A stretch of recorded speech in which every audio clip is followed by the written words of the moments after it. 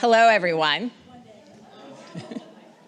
So my name is Kristen McMahon, and I have the pleasure of serving as the president of the Robert H. Jackson Center. Thank you for joining us today for Notorious R.B.G, Robert E. Cushman, the famed Cornell professor's connections to Robert H. Jackson and Ruth Bader Ginsburg. If you have not already done so, would you please take a moment to silence or turn off your phones? I promise you, even if you think you have, somebody will ring. We'd like to thank the sponsors of today's programs, the County of Chautauqua Industrial Development Agency, the Eugene C. Gerhardt Robert H. Jackson Fund, the Robert H. Jackson Gregory L. and Cynthia H. Peterson Fund, and the Robert H. Jackson Stan Lundeen Fund. The center itself and all of our programs are free and open to the public. And if you'd like to support our programs or learn more about our mission and work, please go to our website, roberthjackson.org, or contact us directly. My first step when preparing an opening for a program like this is always to look to see what Robert H. Jackson may have had to say on the topic. But the relationship we'll explore today is not one he has written much about. So today, I am drawing inspiration from some self-deprecating remarks he made in an address that said, "When I work hard and prepare a written manuscript and deliver it, they say, it would not have been so bad if you had been extemporaneous. Then when I work hard and prepare an extemporaneous address, they say, you had better go back to writing." So I shall do my best to provide you a little bit of both today. When Robert H. Jackson was the Solicitor General of the United States, he gave an address on the Constitution. And he likened constitutional interpretation, or understanding, to the work being done on an old master oil painting, retouching and layers being removed. And wherever we are in that process today, the astonishment and awe, or skepticism, that the real masterpiece is revealed always causes debate. And as we often say, Jackson's thoughts and principles are evergreen, as we see ourselves in that debate today. We are thrilled to partner with the Reg Linné Center for the Arts to bring you a day of programs exploring the life of Justice Ruth Bader Ginsburg. The connections between Justice Jackson and Ginsburg are not necessarily obvious ones, and certainly not all that publicly known, and we're excited to explore today one such connection, Robert E. Cushman. Cushman was a friend of Robert H. Jackson and a teacher of Ruth Bader Ginsburg, and I shall let our esteemed guests flesh those relationships out for you more fully. My personal thought is that Robert H. Jackson and Ruth Bader Ginsburg would have been aligned on a number of issues and would have had some fabulous debates where they disagreed. So I am excited to introduce our guests today. John Q. Barrett is the Benjamin N. Cardozo Professor of Law at St. John's University in New York City. He teaches courses in constitutional law, criminal procedure, and legal history. He also is the Elizabeth S. Linné Fellow and a director here at the Robert H. Jackson Center. Professor Barrett is a graduate of Georgetown University and Harvard Law School, a former U.S. government lawyer and investigator, and a leading teacher, writer, commentator, and lecturer on law and history topics in the United States and internationally. 50 years after Robert H. Jackson's death, Professor Barrett discovered and edited Jackson's previously unknown manuscript, now an acclaimed book called That Man, An Insider's Portrait of Franklin Delano Roosevelt. That Man is an eloquent memoir of FDR from Jackson's first meeting him in 1911 through their close working relationship and friendship during the New Deal years and World War II. And it is both an FDR biography and a Jackson autobiography. Professor Barrett is writing a biography of U.S. Supreme Court Justice and Nuremberg prosecutor Robert H. Jackson. This work will include the first inside account of Justice Jackson's service by appointment of President Truman as the chief prosecutor at Nuremberg, Germany, of the principal surviving Nazi leaders following World War II. Professor Barrett also is behind the Jackson List and regularly sends emails to many thousands of subscribers around the world who are interested in Justice Jackson and related topics. Irin Carmon is a journalist, co-author of the runaway New York Times bestseller, Notorious R.B.G, and a frequent speaker around the country on women's rights and leadership. A New York Magazine senior correspondent, she reports and comments on gender, politics, and the law, and frequently appears on national television and radio. The New York Times has described Carmon as being known for her smarts and feminist bona fides. Of Notorious R.B.G, The Life and Times of Ruth Bader Ginsburg, which spent 3 months on the Times bestseller list, the paper's staff book critic wrote, "That I responded so personally to it is a testimony to Miss Carmon's storytelling and panache." Carmon was also featured in the award-winning and Oscar-nominated 2018 documentary R.B.G. Carmon teamed up with the Washington Post's investigative team to break the news of sexual harassment and assault allegations against Charlie Rose, as well as CBS's knowledge of his conduct. That work, which resulted in Rose's firing the same day as publication, was recognized with the 2018 Mirror Award. Carmon previously served as an on-air contributor to CNN and a staff reporter at MSNBC and NBC News, Salon, and Jezebel. Forbes honored her as one of 30 under 30 in media, and born in Israel and raised in New York, she graduated from Harvard magna cum laude with highest honors in literature in 2005. And she lives in New York City with her husband and family. John, I believe you are up first, so I will turn the podium over to you.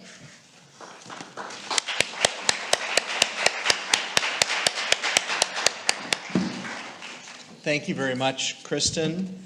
Thank you to each of you for being here today. Thank you, Irin, for your incredible work and travel and participation today.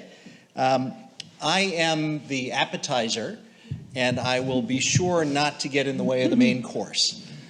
This title is a bit whimsical because our focus today, and mine in particular, is a little bit Robert Cushman, but our main reason for being here and the historical greatness that this program focuses on is Ruth Bader Ginsburg. I also thank Kristen, the Jackson Center board colleagues, the sponsors, and everyone who has been part of pulling this event together. It was, for some time, and I'm putting this in the past tense, maybe that's too hopeful, for some good, but a lot more ill, a man's world. And I'm going to start with a few of them. But I want you to sort of recognize the arc, and I see it as an upward arc from the men to the women in the story that I am going to tell and that Irin will then be the centerpiece of. Robert E. Cushman is the name in the title of the program, but I want to begin with Robert H. Jackson. You know a bit about him. That's why we're here. That's why the center exists. But I want to remind you briefly about his trajectory, because we'll then ramp into Cushman and the path from there. Bob Jackson is born down below the state border in Spring Creek, Pennsylvania in 1892. And we will be talking about Cushman, who is almost his contemporary. Cushman is just a few years older. Robert Jackson's family moves across the state line. He grows up in New York State in Frewsburg to the south of here. And then he ends up as a high school senior here in the Jamestown High School. And then he's an apprentice here in Jamestown to local lawyers. He spends 1 year at Albany Law School, but never goes to college and makes his way to the bar at age 21.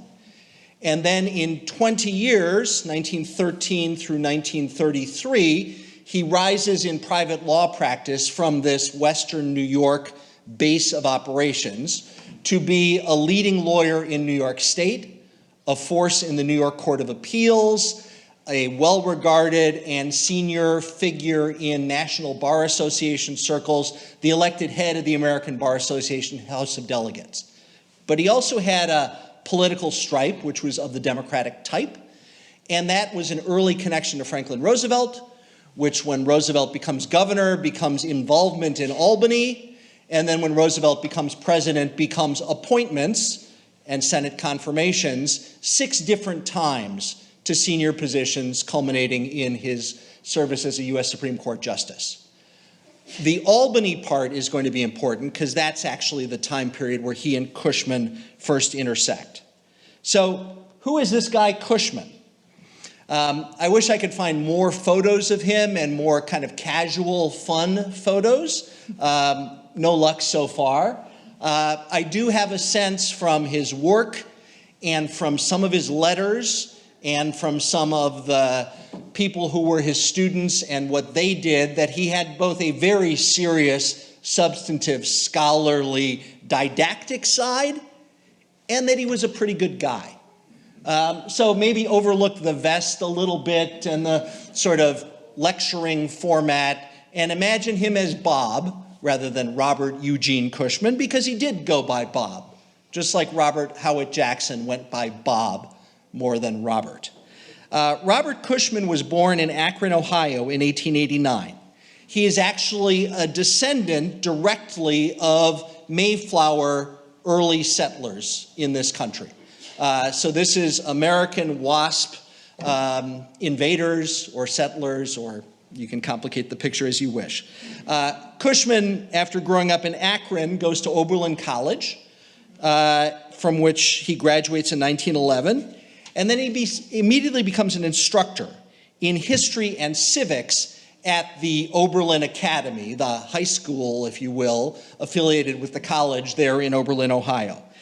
He does that for 2 years. You can tell that means he was an academically talented and academically oriented personality.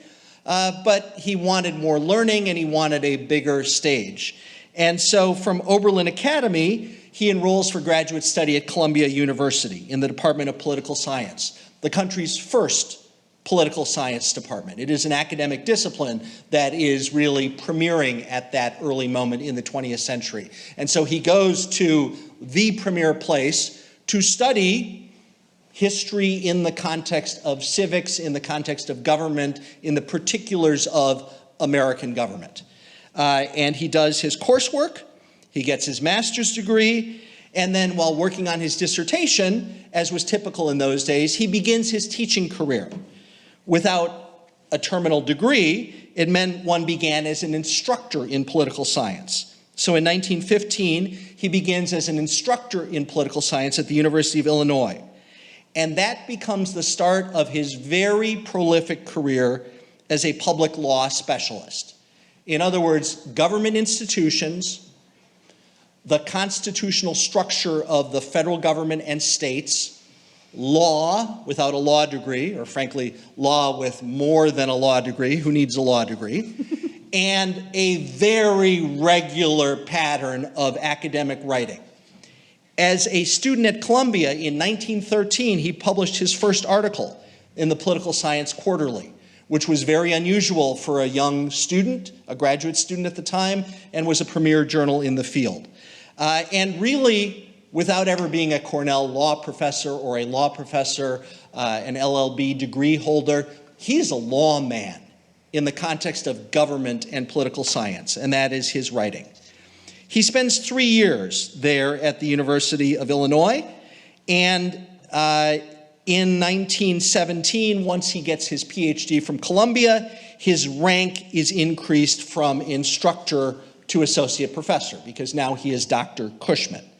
He also marries in 1916, and he, because of marriage, which was an automatic exemption, and other details which I don't know, he does not serve in the Great War. So in common with Robert Jackson, he is not a World War I veteran. He is a peacetime, cerebral citizen in private life during those war years. But war issues are, of course, things that he later deals with in the political science, constitutional law realm, as Jackson does too. In 1919, Cushman moves from Illinois to the University of Minnesota. And he is an associate professor there for a few years, 3 years. And then in 1922 is recruited and moves to his lifetime institution, the place where he made his biggest mark, Cornell, where he has a 34-year career, beginning in 1922 and culminating with his retirement in 1957 as a professor, a chair in political science. He teaches, studies, writes a range of courses, a range of topics, including the standard American government course, which any Cornell undergraduate government political science major would take.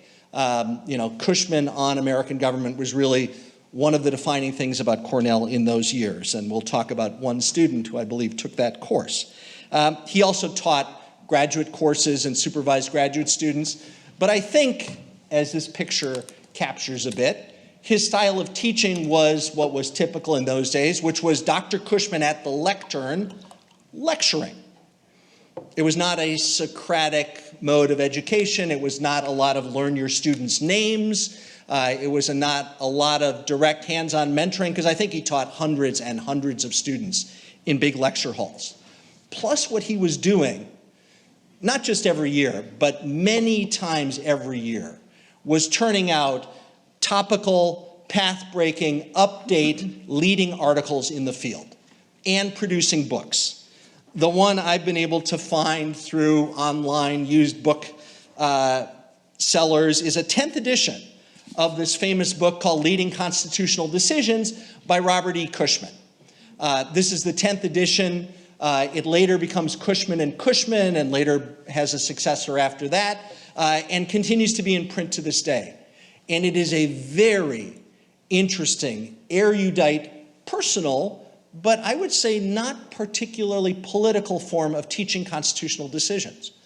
The material is Supreme Court decisions, and the style is edited versions of Supreme Court opinions introduced by text by Robert E. Cushman. It is descriptive more than editorial, but it is slyly editorial. And it is really a wonderful thing to read. Once I got this book and realized what it is, I now, every time I'm teaching a Supreme Court case or doing a program about a Supreme Court case, I pull down my Cushman to sort of remind myself, this is what he wrote about Korematsu. This is what he wrote about Steele seizure. This is what he wrote about Barnett, which, by the way, coincidentally are decisions by his pal Bob Jackson and other colleagues on the US Supreme Court. And there are some incredible nuggets in there, which are nuggets that he was sharing with his students at Cornell. He becomes ultimately the Goodwin Smith Professor of Government. In 1923, just a year into his tenure at Cornell, he becomes the head of the government department. He holds that job until 1946. In 1936, he's appointed to President Franklin Roosevelt's staff of the Committee on Administrative Management. In 1943, he's appointed the president of the American Political Science Association.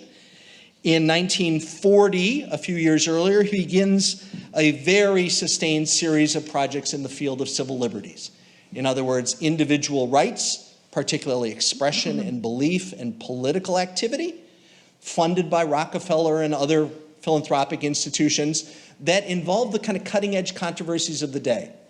Pre-1940, what about Russian communists and their supporters in the United States? Post-World War II, what about Soviet communists and their supporters in the United States? What about religious minorities? What about freedom of press? What about regulation of loyalty and requiring forced registration? Those are all topics of Cushman's studies, monographs, conferences, and really sustained output.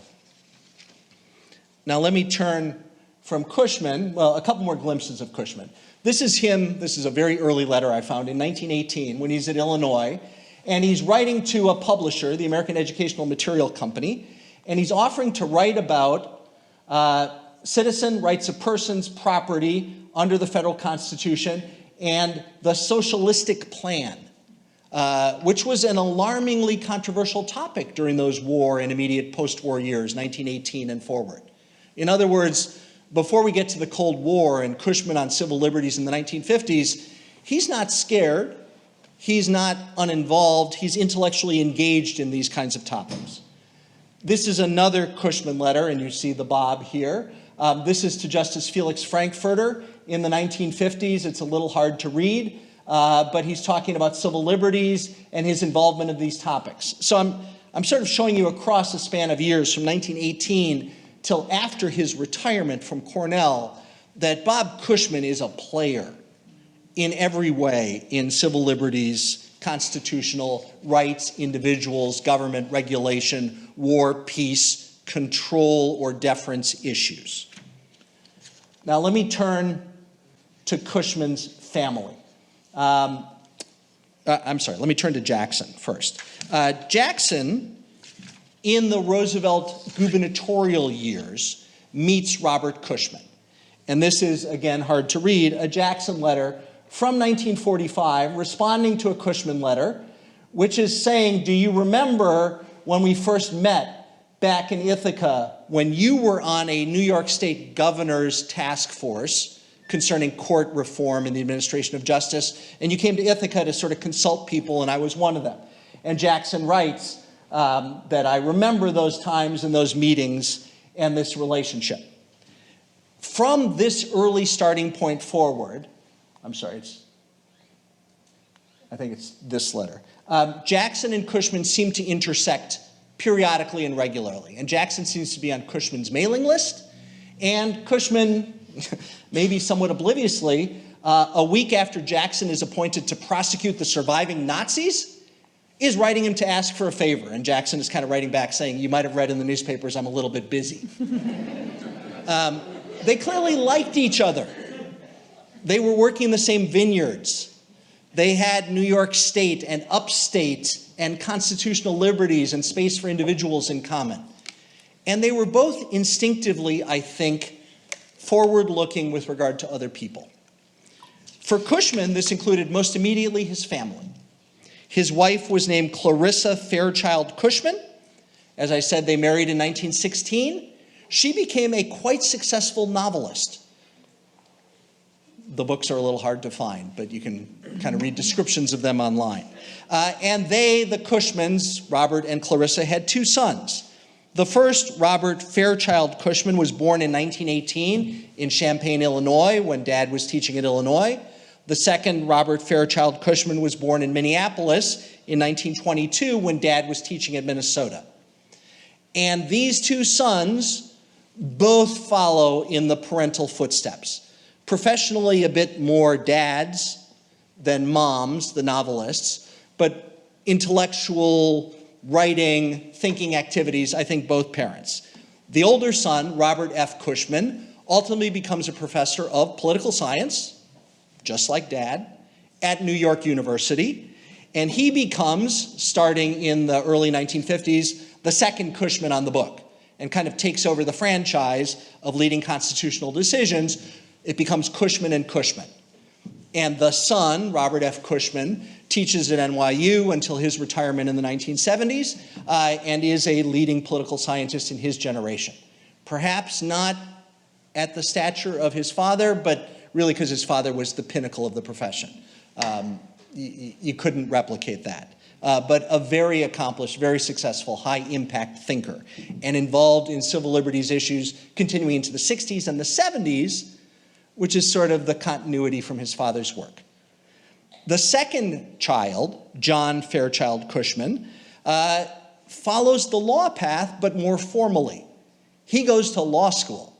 He goes to Cornell Law School. He earns a law degree at Cornell and then clerks for a federal appellate judge. And then, call it qualification, call it nepotism, I'd say it's a mix. He gets hired by Robert H. Jackson to be one of his law clerks at the US Supreme Court. So Cushman's offspring, in a biological sense, becomes Justice Jackson's de facto offspring in the immediate close employment structure of a justice employing a law clerk.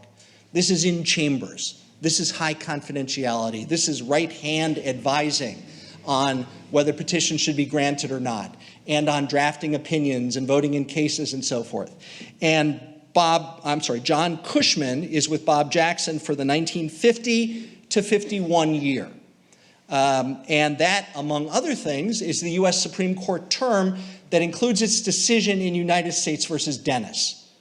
The Communist Party leadership in the United States having been criminally prosecuted by the federal government and convicted appealing their convictions, saying this is just prosecution for ideas, and having the Supreme Court, including Robert Jackson, but for somewhat tentative and idiosyncratic reasons, rejecting that argument and affirming their criminal convictions. So young John Cushman is with Justice Jackson in that moment that I think from our vantage point we view as part of the civil liberties in the ditch moment that is the early 1950s.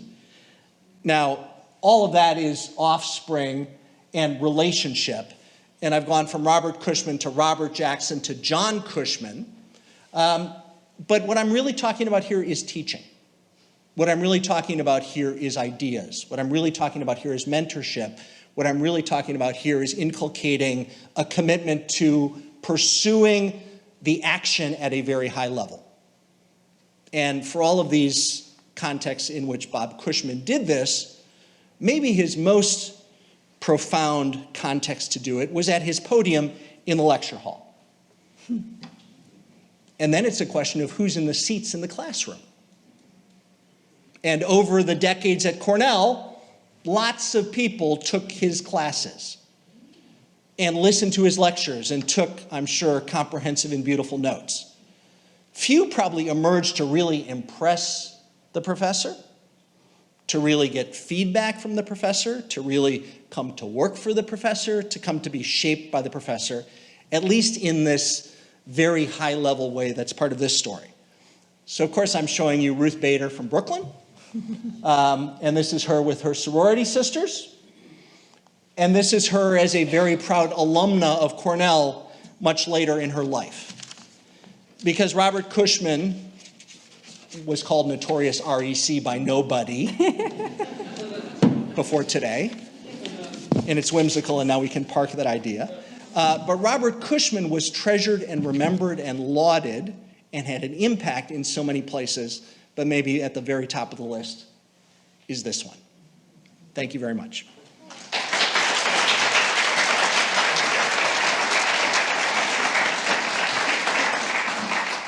John, thank you so much for setting the stage so brilliantly. Kristen, thank you for that wonderful introduction. And hello, everybody. Thank you for coming out on this beautiful afternoon. It is my great privilege to be here to talk a little bit about Justice Ginsburg. And yeah, you know, I'm just going to pick this up. Can I pick it up? I think that's going to allow me to move. Oh, that's so much better. That's much better. All right. So I want to talk about Justice Ginsburg's connection to Robert E. Cushman, but I want to start with a person who was very important to her long before she ever got to upstate New York, and this is her mother. You mentioned Ruth Bader from Ruth Bader from Brooklyn. Her mother came over to the United States in utero, grew up on the Lower East Side. Celia Bader, born Celia Amster. And she was somebody who, from the beginning, dreamed of higher education. It was not available to a woman of her generation at that time. She actually once broke her nose walking down the street reading a book, to give you a sense of the intellectual legacy that Justice Ginsburg was drawing on. Like many girls of that time who were Jewish and on the Lower East Side, she worked in a sweatshop. And her wages contributed to her brother's higher education at Cornell. So those dreams were deferred for her. And she married a young furrier who had the misfortune of plying his trade during the Great Depression, not a big time for fur. She worked as a bookkeeper for him, and she helped keep his business afloat. But times were pretty tough in their house. They lived in Flatbush, Brooklyn. They had 2 daughters, but their elder daughter did not survive bacterial meningitis. And so all of the dreams were poured into young Ruth. Justice Ginsburg used to say that her mother told her 2 things: to be a lady and to be independent. Now, what did that mean to her? I think it meant financial independence, and I think it meant treating people with dignity and respect. I don't think her mother could have dreamed of the path to dignity and treating people with respect, let alone independence, that her daughter pursued. But she used to do her homework by her mother's bed. The reason was because when Ruth was in high school, her mother was diagnosed with cervical cancer, became very ill. But she knew it made her mother happy to study, and she excelled, including at her Adirondack summer camp. This is a little upstate fun for you guys. At Camp Genoa in upstate New York, she was the camp rabbi. So there were some frameworks in which she was able to pursue her intellectual acuity.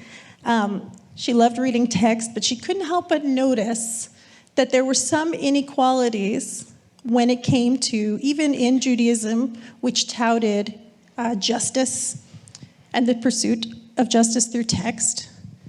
Because, for example, when business was bad for her father, the furrier, they were relegated to a bad part of the synagogue, so the annex. Later on, she noticed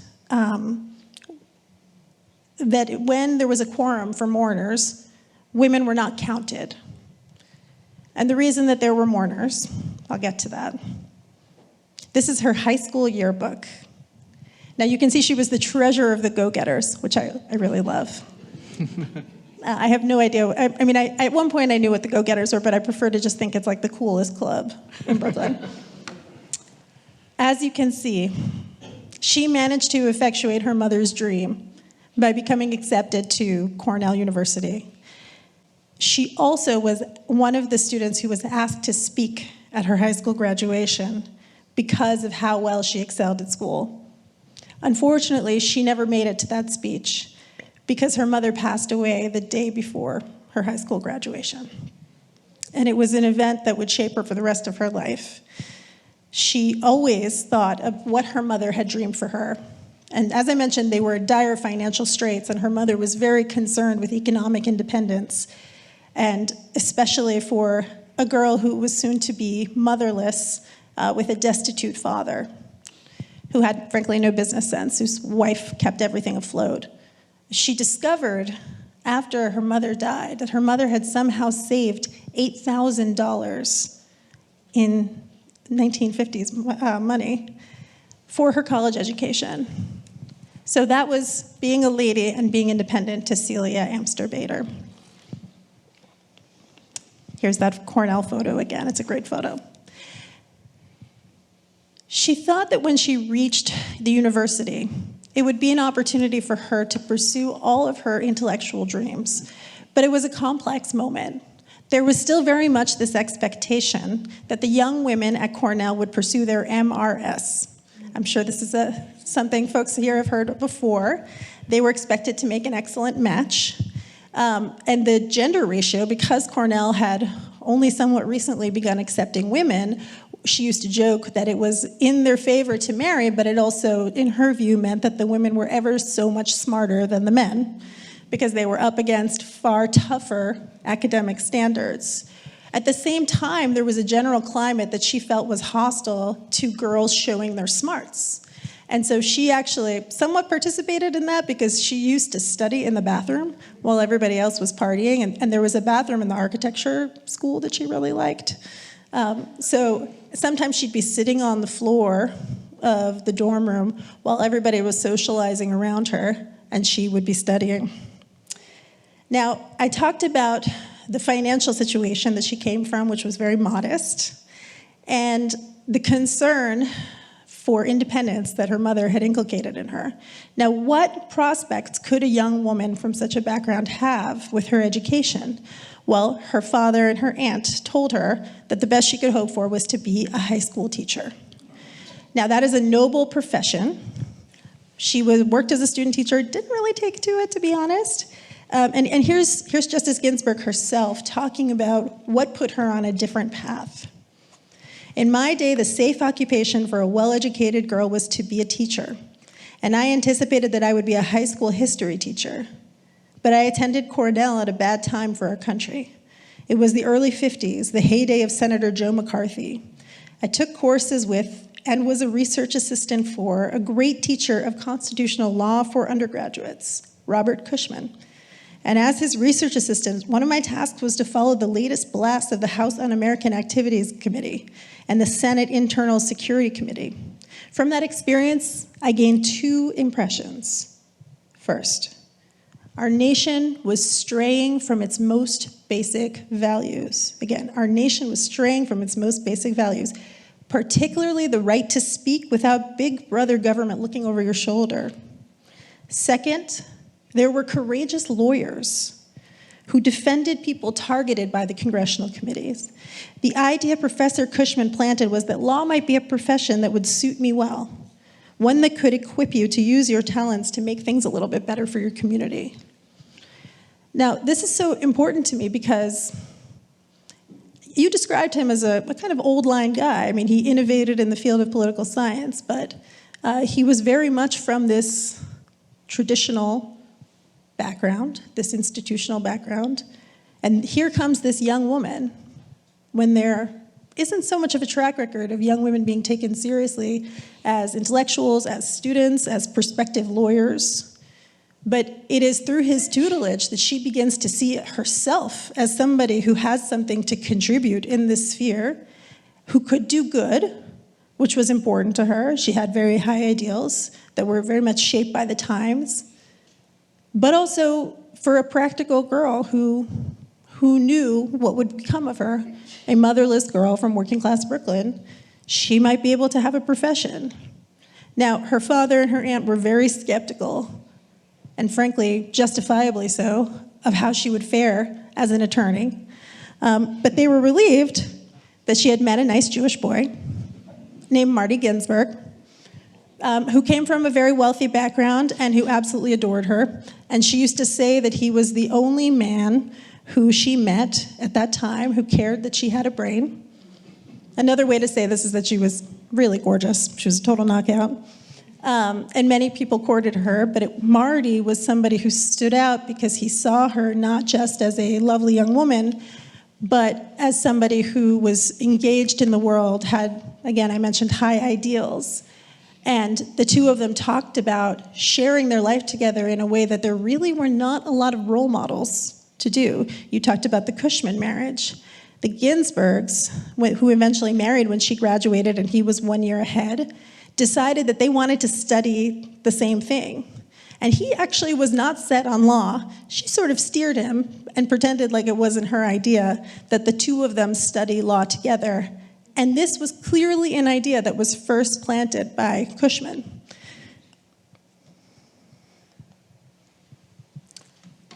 Her father and her aunt were right that there would be significant challenges in becoming an attorney. And I'm going to skip over a lot of them. Some of them are very familiar. Some of them you may hear about at the play tonight. But suffice it to say that the definition of civil liberties remained narrow for a long time in the eyes of the law. It did not include gender equality until one very enterprising young attorney who co-founded the Women's Rights Project at the American Civil Liberties Union, Ruth Bader Ginsburg, won 6 cases before the US Supreme Court, arguing in front of 9 men that the Equal Protection Clause of the 14th Amendment included women, included gender equality. And what she was up against that was slightly different from other civil liberties claims was the notion that sexism was essentially a favor to women, that this was not the same as the straightforward hierarchical sexism, racism, or anti-religious discrimination, because many of these men who sat on the court saw themselves as loving fathers of daughters, as loving husbands of wives, and saw their wives as being on a pedestal. And she was somebody who stood in front of these justices and very politely, very classily told them that the pedestal was a cage, and quoted the abolitionist Grimke saying, "I ask no favor for my sex. All I ask is that they take their feet off my neck."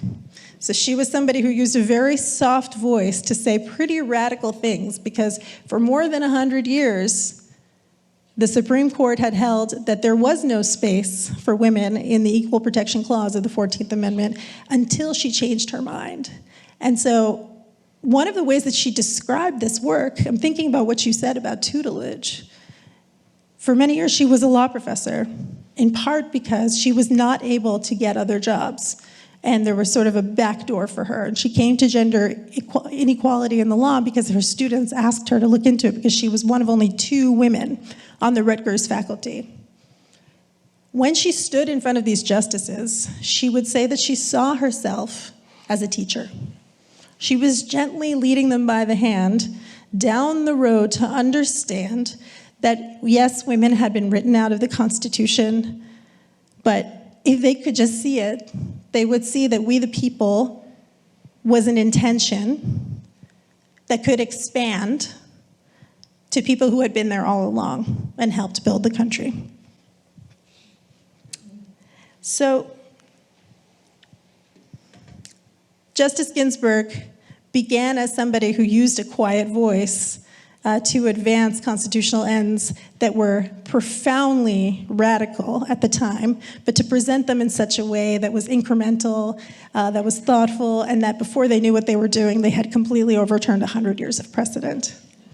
Late in life, of course, she was dubbed the Notorious R.B.G by a younger generation, and I love this photo of her as a justice because it's one in which I think she is quietly embracing her notorious label. But I want to call attention to something that she said when Bill Clinton appointed her when she was in the Rose Garden with him. She said, "I have a last thank you. It is to my mother, Celia Amster Bader, the bravest and strongest person I've ever known, who was taken from me much too soon. I pray that I may be all she would have been had she lived in an age when women could aspire and achieve, and daughters are cherished as much as sons." And I think it's fitting to put Celia Amster Bader next to Robert Cushman in terms of the intellectual genealogy and the potential, what might have been if Celia had been allowed to pursue her dreams. And how did who she was contribute to Justice Ginsburg then opening the door for subsequent generations, including mine. And speaking of father-son pairs, of course, her daughter they were the first successive tenured women at Columbia Law School. But of course, Justice Ginsburg opened doors for many more people than her direct relatives.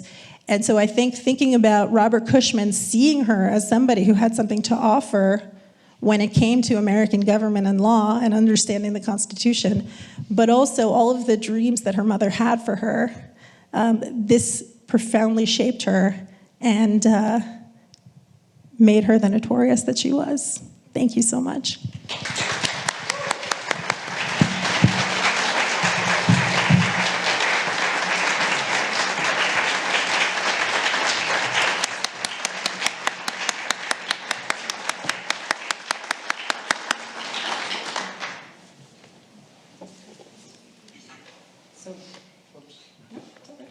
Am I on? Yes, okay.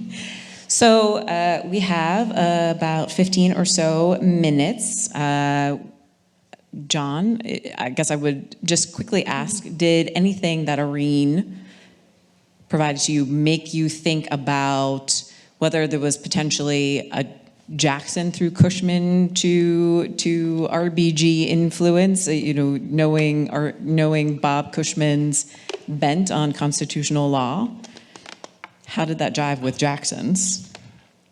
I don't think of that first. I actually think of Nuremberg, which includes the Holocaust, which includes exterminationism of Europe's Jews, as something that was a Jackson project that, of course, deeply impressed and mattered to Justice Ginsburg. Of course, she was Jewish, but it was more than that particular connection to it. It was really a major project and a fundamental justice undertaking that Jackson had done, as she did for gender, and I think that made her a Jackson fan.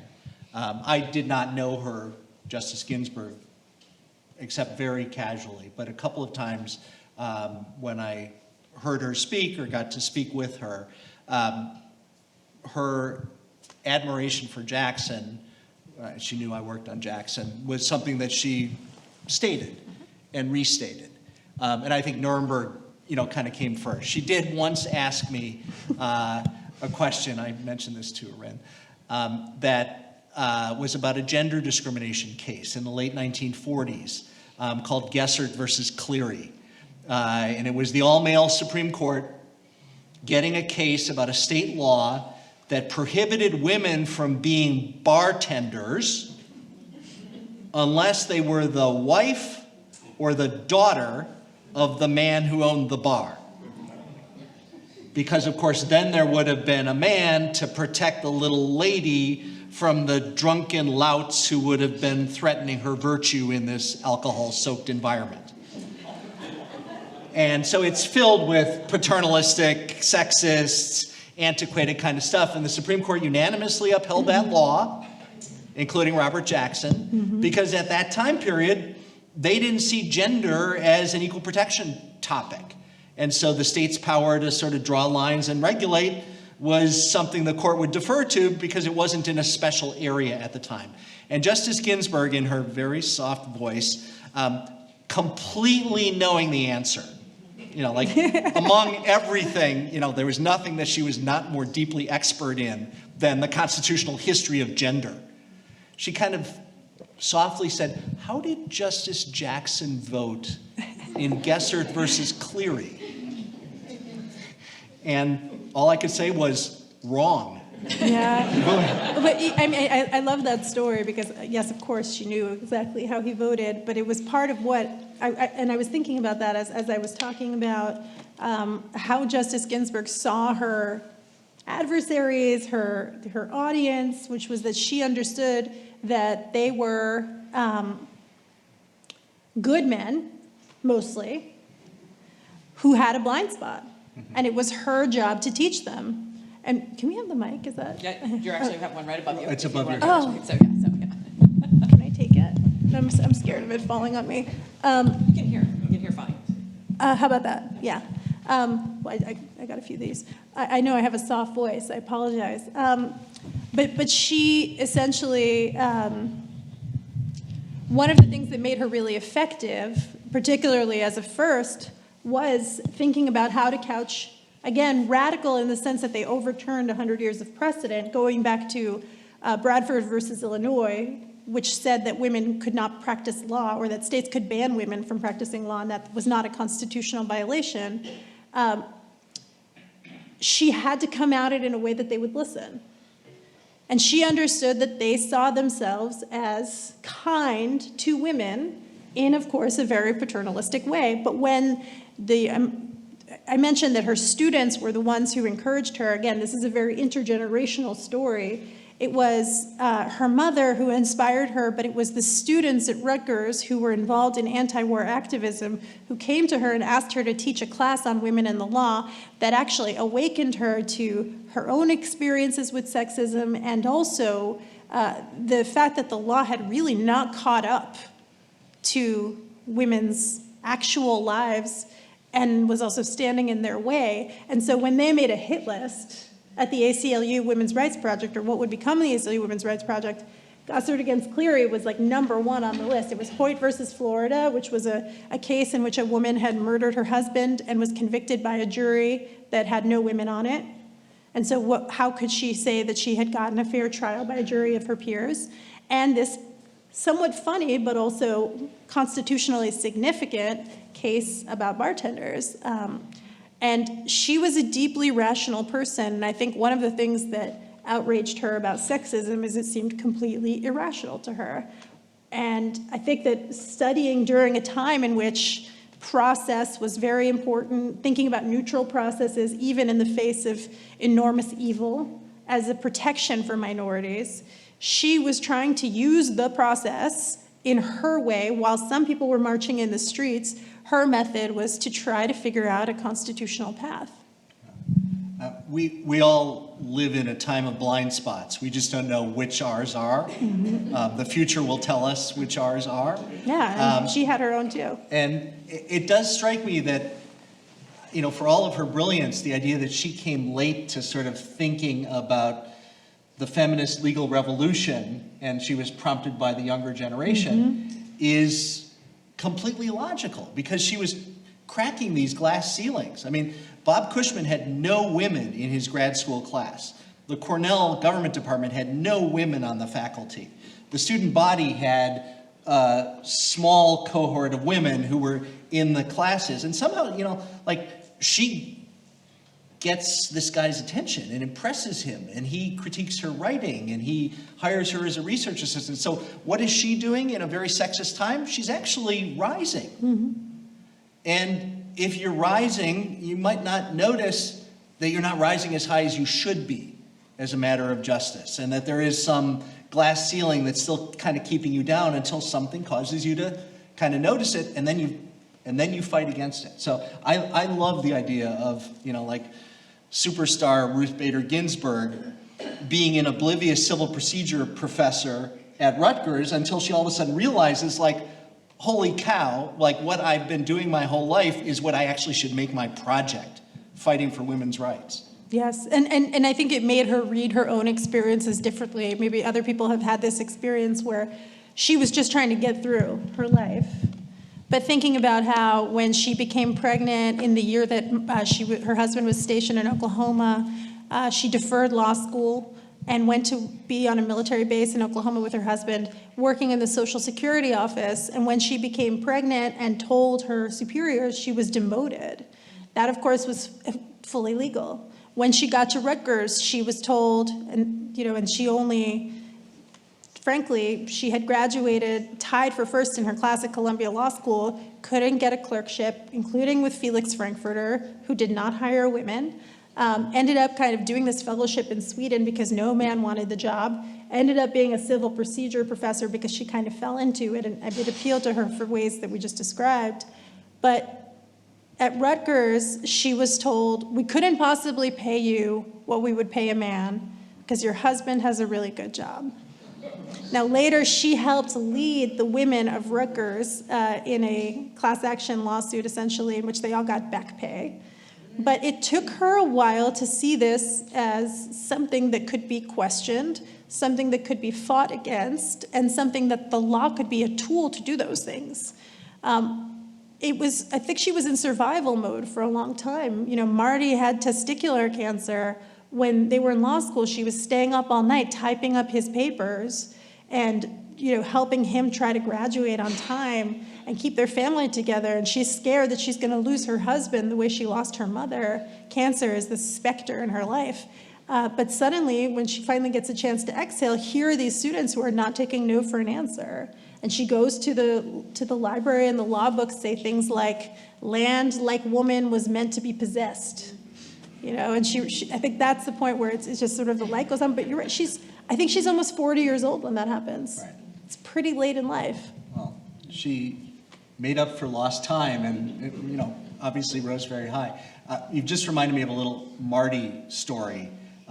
He was a tax lawyer and a very successful New York attorney, and then when she became a circuit court judge, he sort of stopped practice mostly or reduced it to avoid conflicts of interest, became a law professor at Georgetown. And one of my colleagues at St. John's, who was a student of his at Georgetown, describes his office door at Georgetown, to which he proudly taped a letter that had come addressed to Justice and Mrs. Ruth Bader Ginsburg. And he took kind of great delight in how, It's funny because we have in the book, in Notorious R.B.G, and also a copy of it in the museum exhibition, an invitation that they got to the French embassy. He went by Marty Ginsburg, but it says something like Justice and Monsieur Bader Ginsburg. And there's a reason that she kept that. It's in her Library of Congress papers. It referred to her husband as Monsieur Bader Ginsburg. So he did not take her name, but she must have been amused by it enough because we found it in her papers in the Library of Congress, and we included it in the book, just as an example of, I talk a lot about their marriage because it stands out as a reason that she was able to do what she did because she had somebody who supported her in all of her endeavors. And it also, I think, made her optimistic about the capacity of men to participate in gender equality. But just logistically, he was somebody who lobbied all of his connections with Bill Clinton. But they were doing this with no model. So that's how you have, these funny little artifacts that illustrated the fact that everybody was kind of flummoxed. They were flummoxed that he left his law practice, that he moved to Washington when she became a DC Circuit judge. And he used to say, it's not sacrifice, it's family. But we were very used to women sacrificing their career aspirations. There really was not a mold for somebody like him who was at the top of his field to then sacrifice. All right, there's this horrible phrase that's used in academia, it's used in two career contexts, the trailing spouse. And of course, our history always put the woman in that conceptual role of the trailing spouse. I think Kristen tried to jump in. I was actually going to see if there were any questions from the audience. We have time. Yes, Dennis. As a journalist, and I would say that Dennis Webster is my name, as a journalist, I feel as though I have to ask both of you your opinion on two questions. One is, did Ruth Bader Ginsburg stay on the court too long? Mm-hmm. And would either or both of you comment on the extraordinary collapse of credibility of the Supreme Court that we have seen since she died? How much time do you have? And let me just quickly repeat the questions since this is being recorded. The first is their opinions on did Ruth Bader Ginsburg stay on the court too long? And the second question is their opinions and thoughts on the credibility issues behind the Supreme Court at the moment. The answer is yes, she did stay on the Supreme Court too long. But I think as her biographer, I think more about why did she do that. Part of the answer is in what we were just talking about, the trajectory of her biography. Like many women, she was only given an opportunity to pursue her life's work fairly late in life. She was appointed to the Supreme Court at 60, which was honestly pretty old by contemporary standards. She did not expect to spend her time on the Supreme Court dissenting, but that is, of course, what she became famous for. She witnessed a profound right turn. It's become even more extreme of a turn. But when Justice O'Connor left the court and when Justice Rehnquist left the court, the kind of comedy and collegiality that she admired and would extol on the court disappeared. It became a more acrimonious place, and it also became a place that overturned a lot of important precedents in her view. She was nicknamed the Notorious R.B.G. when she was dissenting from the Shelby County case that was gutting the Voting Rights Act. So I think towards the end of her time on the Supreme Court, she saw herself as trying to alert the public as to everything that had gone wrong.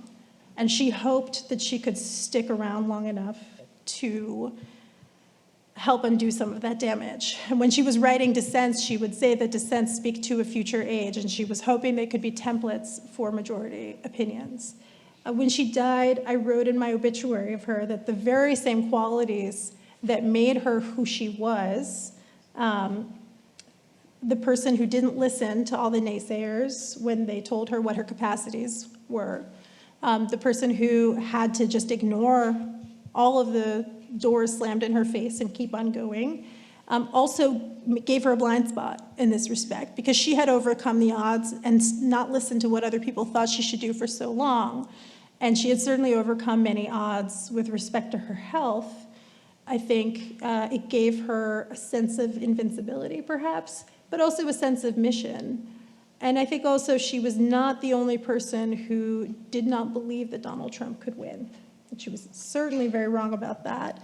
But I'm pretty sure that she both believed that Hillary Clinton would win and that she would, that the first woman president would appoint her successor. But that she might be able to stick around long enough. I mean, if Merrick Garland had been seated, if Hillary Clinton had won, we would be looking at a very different court in which Justice Ginsburg could have been the senior justice in the majority. Obviously, every domino of history led in the opposite direction. And it's a tragedy because the controlling faction on the court right now, if they could overturn these cases tomorrow, they would, these cases that entrench gender equality in the Constitution. And instead, they have used her legacy and her memory in ways that are completely untrue to what she stood for, including by trollishly citing her in the Dobbs opinion. And it's a tragedy for this country, and it's a tragedy for her legacy. But she had the best of intentions, and she was wrong. I'm going to leave John on the general court because I feel like I've said enough. Yeah. And I associate myself with all of that, but I can't add anything to it. I do think, Dennis, that the Supreme Court today is blowing itself up. And it's really a tragically dark time for the court as an institution. And that's not just a liberal, conservative, left-right thing, although it is that. It really is a self-control challenge that the Supreme Court as an institution is flunking. And it's squandering, it's damaging its very high and vital place for today and for tomorrow. A lot of life is politics. And the Supreme Court is a political institution, and people become justices through politics. But there is also law, and there is also role-appropriate behavior. And too many justices, a 6-justice majority, are very intoxicated with their power and very oblivious to the concerns that should cause anybody in that institution to control himself or herself. That includes conflicts of interest. That includes, they're not selling their votes, but they're collecting tips, huge tips, from people who are happy with their votes. Yeah. You don't tip anybody except your own waiter. And so why is Harlan Crow giving big tips? Because he thinks he's been served, whatever the things he believes in, with excellence by Justice Thomas. We'd like to ensure continued service. And that does ensure continued excellent service. Where's the self-control to say, I don't have as much money as everybody else could have in the world, but I do have this job and I have this role and it has historical significance, and so I will restrain myself. I hope in the privacy of the court, this is a very heated, discussed topic, and that they are trying to figure out how to behave better and correct things that are going wrong in the institution. But it is all up to them. They are politically untouchable in a tragically powerful way. I associate myself with that too. All right, we have time for one more question from the audience, if there is one. Could I just ask you, Irin, to talk a little bit about how you got to know her and the personal relationship you had with Justice Ginsburg? Sure. My co-author, Shana Kniznik, was the one who came up with the Notorious R.B.G meme in the summer of 2013. I mentioned it was because of the Shelby County case. And coincidentally, I was a reporter at MSNBC covering women's rights and the law and all the ways they intersected. And I requested an interview from Justice Ginsburg. And they told me that her schedule was full and to try again in a few months. And in the interim, I was approached by an editor at HarperCollins who said, we want to turn Notorious R.B.G into a biography of her. But we don't want to just do, a blog printed out. This was something that had started out as a meme. There was a visually driven platform at the time called Tumblr. And so my co-author had, this kind of visual language, but also people were tattooing Justice Ginsburg's face on their bodies, and there was a spontaneous upsurge of admiration for Justice Ginsburg that was happening kind of at the same time as Shana, who was a law student at NYU at the time and is now a public defender in Manhattan. But there was something there that was sparking excitement, and this editor had the foresight to think about how we could turn that into an opportunity to tell a bigger story about the trajectory of one person, of women's rights in the law and history, and what is the Supreme Court for people who might never pick up a book about the Supreme Court. And we considered it a really serious responsibility. I know Reva Siegel was up here not too long ago. She helped us with the book. For example, we have excerpts from briefs and dissents that Justice, in very limited cases, majority opinions, that Justice Ginsburg wrote, and Riva and former R.B.G. clerk Neil Siegel and a litigator who now runs the NAACP Legal Defense Fund helped us annotate it. So we were trying to figure out how to do this balance of light and fun, while also maintaining the important substantive content that she stood for. And I think so in the meantime, I had this pending interview request. I think she was like, what is this? She actually had to ask her clerks, who is this Notorious? And for those who don't know, it's a reference to Notorious B.I.G., Christopher Wallace, a Brooklyn rapper. And so her new line would be, of course, we are both from Brooklyn. So I resent that interview request, and the next thing I know, we're doing it. And in the winter of 2015, we actually brought television cameras into the US Supreme Court, not for oral argument, but it's still very rare to have cameras in there, and they really were like, if it had been up to the press office, we would not be there. But I think Justice Ginsburg wanted to get a look at us without participating in the book. And she was absolutely lovely and went way over the time and said, and the publisher had set this crazy deadline for the book, and she wanted to know why. And from then she started to basically, I think she realized the same values and aspirations that we had for the book, which was to take her life's work and make it accessible to a bigger audience, was something that, that she shared that value. And so she started quietly helping us with the book. She has an authorized biography that's still in the works. This would be a very different project, she knew. And so I met with her around fact-checking, saw her, chatted with her at Cooperstown, where she came to the opera. And then after a certain point, the book came out, she was giving it as Hanukkah and Christmas presents. She was actually spotted at the movies on Christmas Day, like, in the Jewish tradition, handing the book to her friend.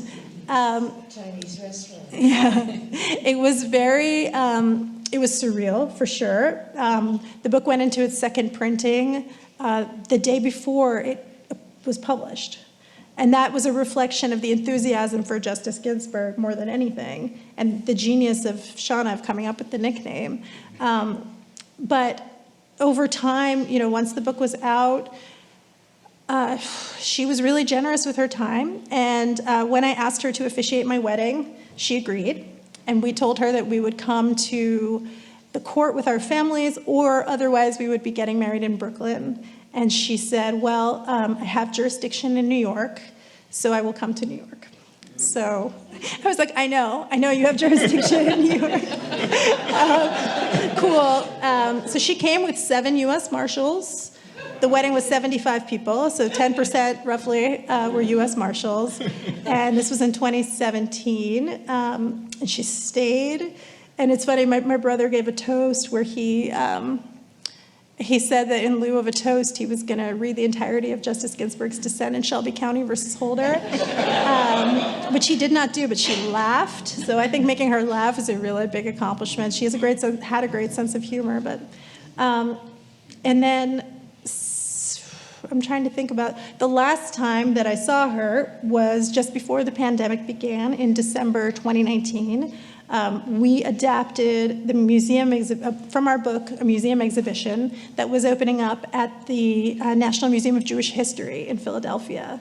And Justice Ginsburg was being honored, and this was her first opportunity to see the exhibition because her initial plan to see it when it opened in Los Angeles was thwarted by cancer treatment. And so imagine this surreal moment. Like this, literally, this is your life. We are giving her a tour of an exhibit about herself, to which she has contributed things like a collar and Marty's cooking implements. And so hi guys, it's astonishing and terrifying at the same time. And I managed to share with her at dinner, and Shauna and I toasted her. We introduced her. It was a very surreal, beautiful night, and we had no idea what was ahead. But I did get to tell her. And actually, she said to my husband, are you still taking very good care of her? And he said, she takes very good care of herself, but I try. We always told her that, this is what we told her when we asked her to officiate the wedding, that she and Marty were such role models for us as we tried to figure out our own life path. And so I got to tell her that night that I was pregnant, and I have a photo of it.